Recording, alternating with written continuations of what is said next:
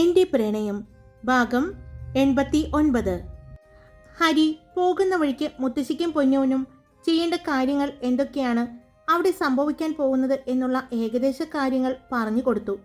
അമ്പലത്തിൽ എത്തിയതും കാർ പാർക്കിങ്ങിൽ വണ്ടി നിർത്തി ഹരിയും മുത്തശ്ശിയും പൊന്നും ഇറങ്ങി. അവർ അമ്പലത്തിനകത്തേക്ക് ചെന്നു.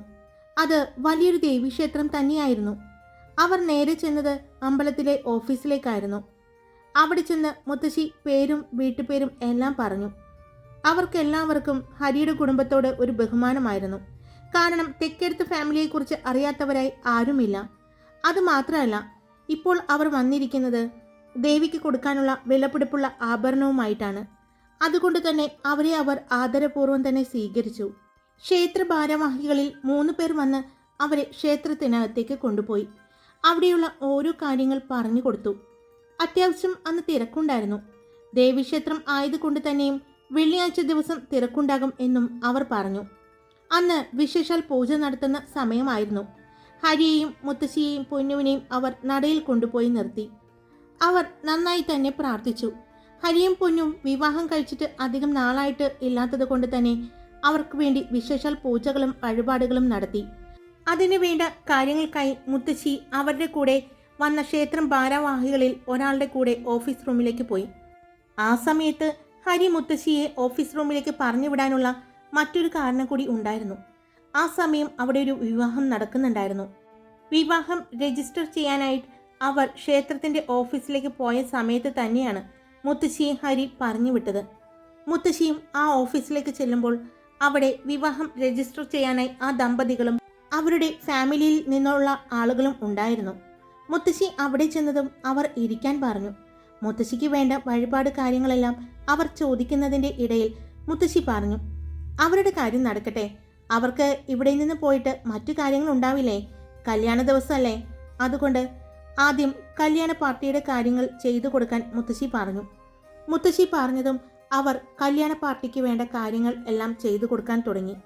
അതെല്ലാം മുത്തശ്ശി ശ്രദ്ധയോടെ നോക്കി അവിടെ തന്നെ ഇരുന്നു. അപ്പോൾ മറ്റൊരു ക്ഷേത്രഭാരവാഹി അങ്ങോട്ട് വന്നതും മുത്തശ്ശി അയാളോട് സംസാരിക്കാൻ തുടങ്ങി. ഇത് ഈ അമ്പലത്തിൽ ആരുടെ വിവാഹം നടന്നാലും അത് ഇങ്ങനെ രജിസ്റ്റർ ചെയ്യാറുണ്ടോ? മുത്തശ്ശി ചോദിച്ചു. ഉണ്ട് മാഡം. അയാളൊരു പ്രായമുള്ള ആളായതുകൊണ്ട് മുത്തശ്ശി അയാളോട് സംസാരിക്കാൻ തീരുമാനിച്ചത് പോലും. നിങ്ങൾ ഇവിടെ ഈ അമ്പലത്തിൽ കുറേ നാളായിട്ട് ഉണ്ടോ? മുത്തശ്ശി ചോദിച്ചു. പിന്നെ എൻ്റെ വീട് ഈ ക്ഷേത്രത്തിന് പുറകിൽ കാണുന്നതാണ്. ഈ ക്ഷേത്രം നിങ്ങൾക്കറിയാമോ? മന്ത്രി വിജയകുമാർ, കേരളത്തിലെ അല്ല. അറിയാം, കേട്ടിട്ടുണ്ട്. വിജയകുമാറിൻ്റെ ഭാര്യ സാവിത്രി ദേവിയുടെ കുടുംബക്ഷേത്രമാണ്. അവർ ഈ ക്ഷേത്രം കൈകാര്യം ചെയ്യാൻ തുടങ്ങിയപ്പോഴാണ് ഈ ക്ഷേത്രത്തിന് ഇത്രയും വളർച്ചയും ഇത്രയും പ്രശസ്തിയും എല്ലാം ഉണ്ടായത്. അവർ ഇങ്ങോട്ട് വരാറുണ്ടോ? മുത്തശ്ശി ചോദിച്ചു. പിന്നെ അവർ വരാറുണ്ട്. അവരുടെ 2 പേരുടെയും വിവാഹം നടന്നത് ഈ ക്ഷേത്രത്തിൽ വെച്ചാണ്, അയാൾ പറഞ്ഞു. അതെയോ? അപ്പോൾ അദ്ദേഹം ഫാമിലിയും വരാറുണ്ടാവും അല്ലേ? ഉണ്ട്, ഇടയ്ക്കിടെ അദ്ദേഹം ഭാര്യയും മകനും കൂടി വരും. പക്ഷേ മിക്കപ്പോഴും വരുന്നത് സാവിത്രി മാത്രമായിരിക്കും. ഈ സാവിത്രി എൻ്റെ സഹോദരൻ്റെ മകളാണ്. അതെയോ? താങ്കളുടെ ഫാമിലി? എനിക്ക് ഭാര്യയും 2 മക്കളുമായിരുന്നു. 2 പെൺകുട്ടികളായിരുന്നു. അതിൽ ഒരാൾ മരിച്ചു. അയ്യോ, എനിക്കറിയില്ലായിരുന്നു കേട്ടോ, മുത്തശ്ശി പറഞ്ഞു. ഏയ്, അത് സാരമല്ല, ഞാൻ പറഞ്ഞതേ ഉള്ളൂ, അയാൾ പറഞ്ഞു. അപ്പോൾ ഈ അടുത്തെങ്ങാനും അവർ വന്നിട്ടുണ്ടാവോ അല്ലേ? മുത്തശ്ശി ചോദിച്ചു. പിന്നെ വന്നിട്ടുണ്ടായിരുന്നു. 1 മാസം മുമ്പ് വന്നിട്ടുണ്ടായിരുന്നു സാവിത്രിയും മകനും. അത്രയും പറഞ്ഞതും അയാൾ നിർത്തി. അത് കണ്ടതും മുത്തശ്ശി സൂക്ഷിച്ചു നോക്കി അയാളെ. എന്താ നിർത്തിയത്? മുത്തശ്ശി ചോദിക്കുന്നുണ്ടായിരുന്നു. ഏയ് ഒന്നുമില്ല, ഞാൻ എന്തോ ഓർത്ത് പറഞ്ഞതാണ്, അയാൾ പറഞ്ഞു. അയാളുടെ ശബ്ദത്തിലെ വെപ്രാളവും മുത്തശ്ശി മനസ്സിലാക്കിയിരുന്നു. അതുകൊണ്ട് തന്നെ വീണ്ടും അതിനെക്കുറിച്ച് മുത്തശ്ശി ചോദിക്കാൻ പോയില്ല. ഇവിടെ വിവാഹം രജിസ്റ്റർ ചെയ്തത് ലീഗലി വീണ്ടും രജിസ്റ്റർ ചെയ്യണോ? മുത്തശ്ശി ചോദിച്ചു. മുത്തശ്ശി അയാളോട് സംശയങ്ങൾ ചോദിച്ചു കൊണ്ടിരുന്നു. ഇവിടെ ആ ഇരിക്കുന്ന ഫയലുകൾ കണ്ടോ? അതെല്ലാം ഇവിടെ വിവാഹം നടത്തി രജിസ്റ്റർ ചെയ്ത ആളുകളുടെയാണ്, അയാൾ പറഞ്ഞു. അത് കേട്ടതും മുത്തശ്ശി ആ ഷെൽഫിലേക്ക് ഒന്ന് നോക്കി. അത് വർഷങ്ങൾ പഴക്കമുണ്ട് എന്ന് മൊത്തത്തിൽ കണ്ടപ്പോൾ തന്നെ തോന്നി. ഇത് ഒത്തിരി വർഷം പഴക്കമുണ്ടല്ലോ. ആ ബുക്കുകളെല്ലാം നോക്കിയിട്ട് അവിടെ നിന്നും എഴുന്നേറ്റുകൊണ്ട് മുത്തശ്ശി ചോദിച്ചു. ഉണ്ടല്ലോ, ഓരോ വർഷവും കറക്റ്റായിട്ട് എത്ര വിവാഹം നടന്നു, എങ്ങനെ എല്ലാ കാര്യങ്ങളും ഫയൽ ചെയ്ത് സൂക്ഷിച്ചിട്ടുണ്ട്.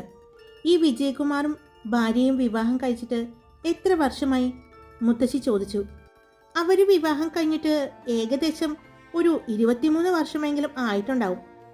അത് പറയാൻ കാരണം അവരുടെ വിവാഹം കഴിഞ്ഞ് 2 വർഷം കഴിഞ്ഞിട്ടാണ് എൻ്റെ മകളുടെ വിവാഹം നടന്നത്. അതുകൊണ്ടാണ് എനിക്ക് ഇത്ര ഓർമ്മ, അയാൾ പറഞ്ഞു.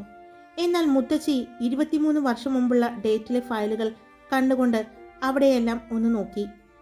പിന്നീട് ആ ക്ഷേത്രത്തിൽ വച്ച് വന്നിരിക്കുന്ന VIP-കളുടെ ഫോട്ടോസും എല്ലാം ഒന്ന് കണ്ണോടിച്ചു.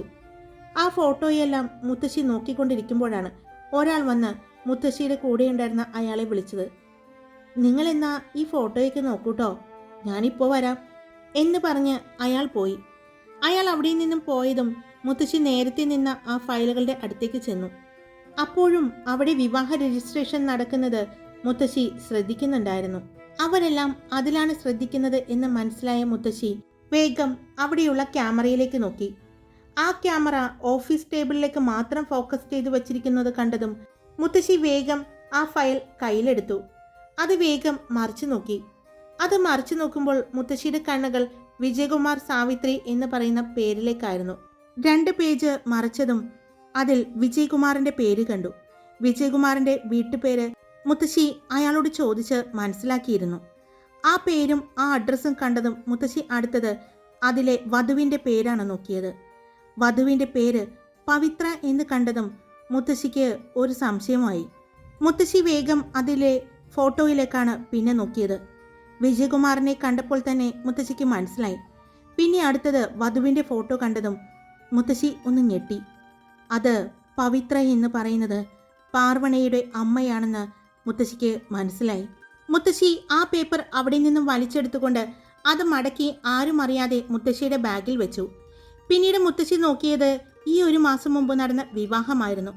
അങ്ങനെ നോക്കിക്കൊണ്ടിരിക്കുമ്പോഴാണ് ആ ഫയൽ അവിടെ കാണാതെ എന്തോ ആലോചനയിൽ ഇരിക്കുമ്പോഴാണ് ഇപ്പോൾ അവിടെ നടന്ന ആ വിവാഹം രജിസ്റ്റർ ചെയ്ത് കഴിഞ്ഞ അയാൾ ആ ഫയൽ കൊണ്ടുവന്ന് വെക്കാൻ വരുന്നത് മുത്തശ്ശി കാണുന്നത്. അത് കണ്ടതും മുത്തശ്ശി വേഗം അവിടെയുള്ള ഫോട്ടോയിലേക്ക് വീണ്ടും നോക്കാൻ തുടങ്ങി. അപ്പോഴാണ് അയാൾ കൊണ്ടുവന്ന് വെച്ച് ആ ഫയൽ മുത്തശ്ശി ശ്രദ്ധിക്കുന്നത്. അതിൽ കഴിഞ്ഞ മാസത്തെ വിവാഹം രജിസ്റ്റർ ചെയ്ത ആളുകളുടെ ഡീറ്റെയിൽസ് ഉണ്ടാകും എന്ന് മുത്തശ്ശിക്ക് മനസ്സിലായി. അതുകൊണ്ട് അയാളെ ഒഴിവാക്കാനായി മുത്തശ്ശി അയാളോട് കുടിക്കാനായി എന്തെങ്കിലും കൊണ്ടുവരോ എന്ന് ചോദിച്ചു.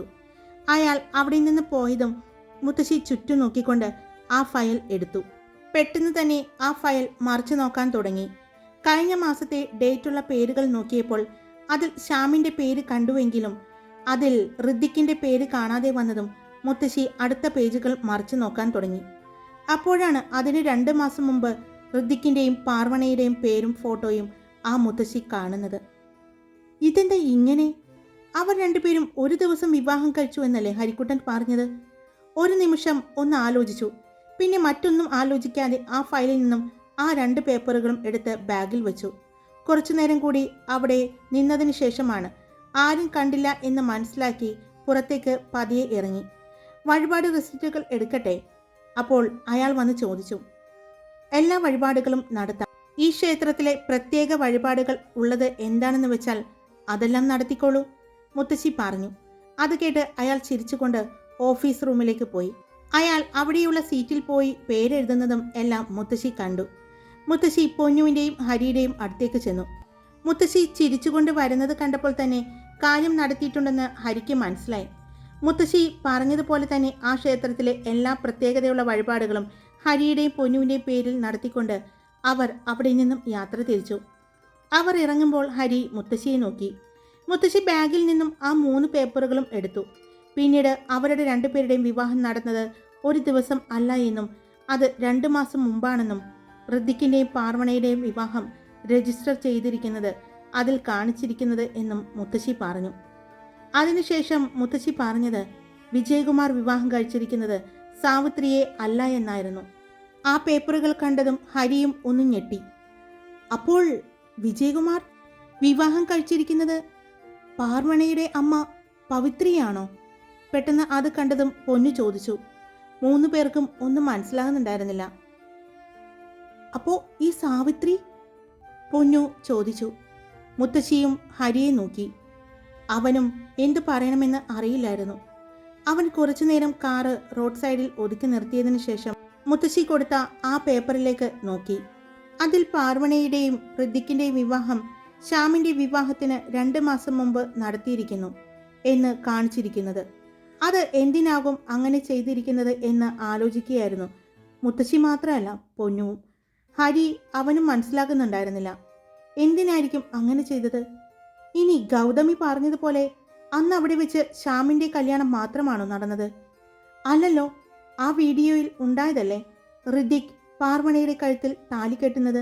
ഇനി രജിസ്ട്രേഷൻ നേരത്തെ എങ്ങാനും ചെയ്തതാണോ? പൊന്നു ചോദിച്ചു. അങ്ങനെ ചെയ്യാൻ പറ്റുമോ മോളെ? എൻ്റെ മുത്തശ്ശി, ഇത് അവരുടെ കുടുംബക്ഷേത്രമല്ലേ, അവരുടെ ഭരണവും.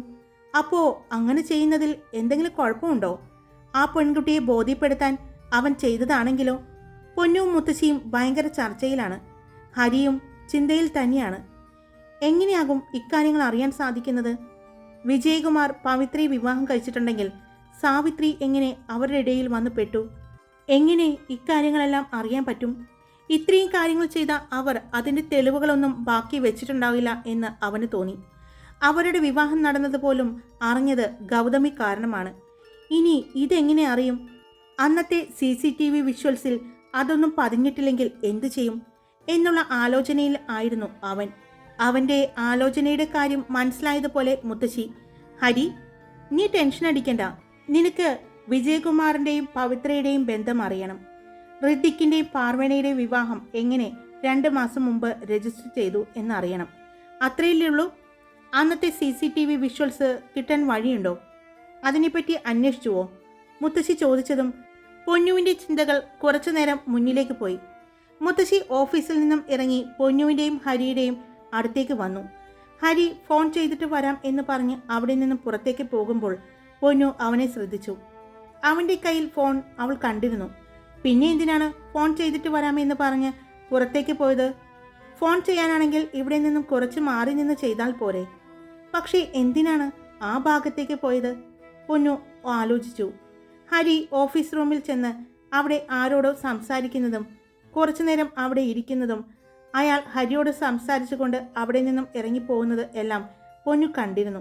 അയാൾ മുത്തശ്ശിയുടെ അടുത്ത് വന്ന് സംസാരിക്കുന്നതും മുത്തശ്ശിയും കൂട്ടി അയാൾ തിരുമേനി കാണാൻ വേണ്ടി പോകുമ്പോൾ പൊന്നുവിനെ വിളിച്ചുവെങ്കിലും ഹരിയുടെ അടുത്ത് ഉണ്ടാകുമെന്ന് പറഞ്ഞ് അവൾ ഓഫീസ് റൂമിലേക്ക് പോയി. അവിടെ അവിടുത്തെ സിസ്റ്റത്തിൽ എന്തോ ഹരി ചെയ്യുന്നതും അത് കഴിഞ്ഞ് അവൻ പഴയതുപോലെ തന്നെ വന്നിരിക്കുന്നതും പൊന്നു കണ്ടു. പൊന്നു അതെല്ലാം കാണുന്നുണ്ടെന്ന് ഹരിക്കും അറിയാമായിരുന്നു. അവൻ അവളെ വിളിച്ച് അവൻ്റെ അടുത്ത് ഇരുത്തിക്കൊണ്ട് അവളെ നോക്കി 2 കണ്ണും ചിമ്മിക്കാണിച്ചു. അല്പസമയം കഴിഞ്ഞതും അയാൾ ഓഫീസിൽ നിന്നും പോയ ആൾ തിരിച്ചു വന്നു. ഹരിയുമായി സംസാരിക്കുന്നതും പൊന്നു കണ്ടു. അതിനുശേഷമാണ് അവർ അവിടെ നിന്നും യാത്ര പറഞ്ഞ് ഇറങ്ങിയത്. മുത്തശ്ശി, CCTV വിഷ്വൽസ് എല്ലാം നമുക്ക് സംഘടിപ്പിക്കാം. പക്ഷേ ആ ദിവസത്തെ വിഷ്വൽസ് ഒന്നും CCTVയിൽ പതിഞ്ഞിട്ടുണ്ടെങ്കിലോ? ഇത്രയും കാര്യങ്ങൾ ചെയ്ത അവർക്ക് അത് ഇല്ലാതാക്കാനാണോ ബുദ്ധിമുട്ട്? ഹരി മുത്തശ്ശിയോട് ചോദിച്ചു. അപ്പോൾ നീ അവിടുത്തെ സിസ്റ്റം ഹാക്ക് ചെയ്തിട്ടുണ്ടല്ലേ? മുത്തശ്ശി ചോദിച്ചതും ഹരി ചിരിച്ചുകൊണ്ട് തല ഒന്ന് കുലുക്കി. എനിക്ക് മനസ്സിലായി. നീ കിച്ചണിലേക്ക് പോയി എന്ന് പറഞ്ഞപ്പോൾ തന്നെ എനിക്ക് മനസ്സിലായിരുന്നു എന്തോ ഒന്ന് സംഘടിപ്പിക്കാനുള്ള പരിപാടിയാണെന്ന്. പിന്നെയാണ് മനസ്സിലായത് ക്യാമറയിൽ സെറ്റ് ചെയ്യുന്ന എന്തോ ഒന്ന് കിച്ചൺ ഷെൽഫിൽ നിന്നും എടുക്കാൻ പോയതാണ് എന്ന്. എന്നിട്ട് സെറ്റ് ചെയ്തോ? മുത്തശ്ശി ചോദിച്ചു. സെറ്റ് ചെയ്തിട്ടുണ്ട്. പക്ഷേ ഇതുവരെയുള്ള വിഷ്വൽസ് ഞാൻ ഹാക്ക് ചെയ്തിട്ടുണ്ട്. വീട്ടിൽ ചെന്നിട്ട് നമുക്കൊന്ന് നോക്കാം, ഹരി പറഞ്ഞു. ഇനി അത് കിട്ടിയില്ലെന്ന് വെച്ചാൽ നീ ടെൻഷൻ അടിക്കണ്ട. അതിനുള്ള വഴി ഞാൻ കണ്ടുവച്ചിട്ടുണ്ട്. ഒരു പ്രാവശ്യം കൂടി എനിക്ക് ഇങ്ങോട്ട് വരേണ്ടി വരും, അത്രയേ ഉള്ളൂ, മുത്തശ്ശി പറഞ്ഞു. പിന്നെയാണ് മുത്തശ്ശി മരിച്ചുപോയ പാർവണയുടെ അമ്മ പവിത്രയുടെ അച്ഛനെ അമ്പലത്തിൽ വെച്ച് കണ്ടതും മറ്റും പറയുന്നത്. അത് കേട്ടപ്പോൾ ഹരി, എന്തുകൊണ്ട് മുത്തശ്ശി അവിടെ വെച്ച് എന്നോട് പറയാതിരുന്നത്? ഞാനും സംസാരിച്ചേനല്ലോ, ഹരി ചോദിച്ചു. അത് വേണ്ട എന്ന് തോന്നി. അവിടെ വെച്ച് സംസാരിച്ചാൽ അത് അവിടെയുള്ളവർക്ക് സംശയമാവില്ലേ? പിന്നെ നീ തെക്കേടത്തെ ഫാമിലിയിലെ ആണെന്ന് അറിയാം. പക്ഷെ നിന്റെ ജോലി അവർക്കറിയില്ലല്ലോ. അതറിയാനും ഒരുപാട് വഴികളുണ്ട്. ഇപ്പോൾ ന്യൂസ് ചാനലിലും മറ്റും നിന്നെ ഇടയ്ക്കിടെ കാണുന്നുണ്ട്. അതുമാത്രമല്ല, ഈ കേസ് വളരെ പ്രധാനപ്പെട്ട ഒരു കേസായതുകൊണ്ട് തന്നെ നിന്നെ വീണ്ടും പത്രങ്ങളിലും ന്യൂസുകളിലും എല്ലാം, എന്തിന് ഓൺലൈൻ ന്യൂസുകളിൽ വരെ നിന്നെ കാണാൻ സാധ്യതയുണ്ട്. അതുകൊണ്ട് നീ പെട്ടെന്ന് അയാളുമായി സംസാരിച്ചാൽ അതൊരു പക്ഷേ ആ വിജയകുമാറിൻ്റെ ഭാര്യ സാവിത്രി, അവരെ അത്രയ്ക്ക് വിശ്വാസമുള്ള ഒരു വിശ്വസ്തൻ അവിടെ ഉണ്ടാകും. അതുവഴി അത് സാവിത്രി അറിയില്ലേ? അറിയില്ല എന്ന് പറയാൻ പറ്റില്ലല്ലോ, ഹരിയുടെ മുത്തശ്ശി പറഞ്ഞു. മുത്തശ്ശി പറഞ്ഞത് കാര്യമാണെന്ന് ഹരിക്ക് മനസ്സിലായി. അപ്പോൾ ഒരു പ്രാവശ്യം കൂടി ഞങ്ങൾ ഇങ്ങോട്ട് വരും. അന്ന് നമുക്ക് നോക്കാം. എന്തെങ്കിലും ഒരു വഴി നിന്നെ സഹായിക്കാൻ വേണ്ടി എനിക്ക് കിട്ടാതിരിക്കില്ല, ഹരിയോട് മുത്തശ്ശി പറഞ്ഞു. അതിനുശേഷം അവർ അവിടെ നിന്നും ഹരിയുടെ ഒരു ഫ്രണ്ടിനെ കാണാനായിട്ടാണ് പോയത്. അയാൾക്ക് മരിച്ചുപോയ പെൺകുട്ടിയുടെ അച്ഛന്മാർ എന്നവകാശപ്പെടുന്ന അവരുടെ നാട്ടിലെ പഞ്ചായത്ത് സെക്രട്ടറിയാണ്. അവൻ ട്രാൻസ്ഫറായി പോയിട്ട് കുറേ നാളായി. അവന് അവിടെയാണെന്ന് ഇന്നലെ നവീൻ പറഞ്ഞാണ് ഞാൻ അറിഞ്ഞത്. അവൻ അങ്ങോട്ട് ട്രാൻസ്ഫർ ചോദിച്ച് പോയതാണ്. അതിനുള്ള കാരണം അവൻ്റെ വൈഫ് അവിടുത്തെ ബാങ്കിലെ അസിസ്റ്റൻറ്റ് മാനേജറാണ്. ഇപ്പോൾ അവർ രണ്ടുപേരും എന്തോ ഒരു ആവശ്യത്തിന് ഇവിടെ വന്നിട്ടുണ്ട്. അവരെ കണ്ടു കഴിഞ്ഞാൽ ആ 3 അച്ഛന്മാരെക്കുറിച്ചുള്ള കാര്യങ്ങൾ അറിയാൻ പറ്റും. ഇപ്പോഴുള്ള കാര്യങ്ങൾ അറിയാൻ പറ്റിയില്ലെങ്കിലും ഇനിയുള്ള കാര്യങ്ങൾ നമുക്ക് അറിയാൻ പറ്റും. ഹരിയേട്ടാ, അത് അവിടെയുള്ള ഒരു ഓഫീസറിനെയോ അല്ലെങ്കിൽ സ്റ്റേഷൻ സ്റ്റാഫിനെയോ ആരെങ്കിലും വിട്ട് അറിഞ്ഞാൽ പോരെ? എന്തിനാ ഇങ്ങനെ ചെയ്യുന്നത്? പൊന്നു ചോദിച്ചു. അത് മോൾക്ക് മനസ്സിലായില്ലേ? അവൻ സ്റ്റേഷനിലോ അല്ലെങ്കിൽ അവിടെയുള്ള ഓഫീസിലോ വിളിച്ച് പറഞ്ഞാൽ അവർ അന്വേഷിക്കും. പക്ഷേ അവർ പോലീസുകാരാണ്. അങ്ങനെ ഒരു അന്വേഷണം അവർക്ക് നേരെ ഉണ്ടെന്ന് അവർ എങ്ങനെയെങ്കിലും അവന്മാരറിയും. അങ്ങനെ അറിയാതിരിക്കാൻ വേണ്ടിയാണ് യാതൊരു പരിചയമില്ലാത്ത, അവർക്ക് യാതൊരു സംശയം തോന്നാത്ത ആളുകളെ ഇവൻ ഏൽപ്പിക്കുന്നത്. ഇന്ന് തന്നെ നമ്മൾ രണ്ടുപേരും അമ്പലത്തിലേക്ക് പോയി. സ്വാഭാവികം, അമ്പലത്തിൽ വന്ന് അവിടെ ഒരു വഴിപാടുണ്ടായി. പക്ഷേ അതിനിടയ്ക്ക് വീട്ടുകാരെ വെച്ച് ഇങ്ങനൊരു കേസ് അന്വേഷണം അവൻ നടത്തുമെന്ന് ആരെങ്കിലും ചിന്തിക്കുമോ? ഇല്ല. അതുപോലെ തന്നെയാണ് അവിടുത്തെ പഞ്ചായത്ത് സെക്രട്ടറി ആയിരിക്കുന്ന അവൻ്റെ ഫ്രണ്ടും അവിടുത്തെ ബാങ്കിലെ മാനേജറായിട്ടിരിക്കുന്ന അവൻ്റെ വൈഫും. അങ്ങനൊരു കേസ് അന്വേഷണത്തിൽ ഇവനെ സഹായിക്കുമെന്ന് ആരെങ്കിലും അറിയോ? ഇനി അവരെ അവർ രണ്ടുപേരും നോട്ട് ചെയ്യുന്നുണ്ടെന്ന് അറിയാൻ പറ്റുമോ? ആർക്കും സംശയം തോന്നില്ല. അതുതന്നെയാണ് ഇവൻ്റെയും ആവശ്യം, മുത്തശ്ശി പറഞ്ഞു. ഇപ്പോഴാണ് എൻ്റെ മുത്തശ്ശി ആയത്, ഹരി പറഞ്ഞു. അപ്പോൾ ഇത്രയും നാളും ഞാൻ വേറെ ആരുടെയെങ്കിലും മുത്തശ്ശി ആയിരുന്നോടാ? മുത്തശ്ശി ചോദിച്ചു. ഹായ്, അപ്പോൾ സ്റ്റോറി ഇട്ടിട്ടുണ്ട്. ഇഷ്ടപ്പെട്ടാൽ ലൈക്ക് ചെയ്യണം. നിങ്ങളുടെ അഭിപ്രായങ്ങൾ കമൻറ്റ് ചെയ്തോളൂ കേട്ടോ. സബ്സ്ക്രൈബ് ചെയ്ത് കേൾക്കുന്നവരുണ്ടെങ്കിൽ സബ്സ്ക്രൈബ് ചെയ്ത് സപ്പോർട്ട് ചെയ്യുക. Love you all. It's me Karthika.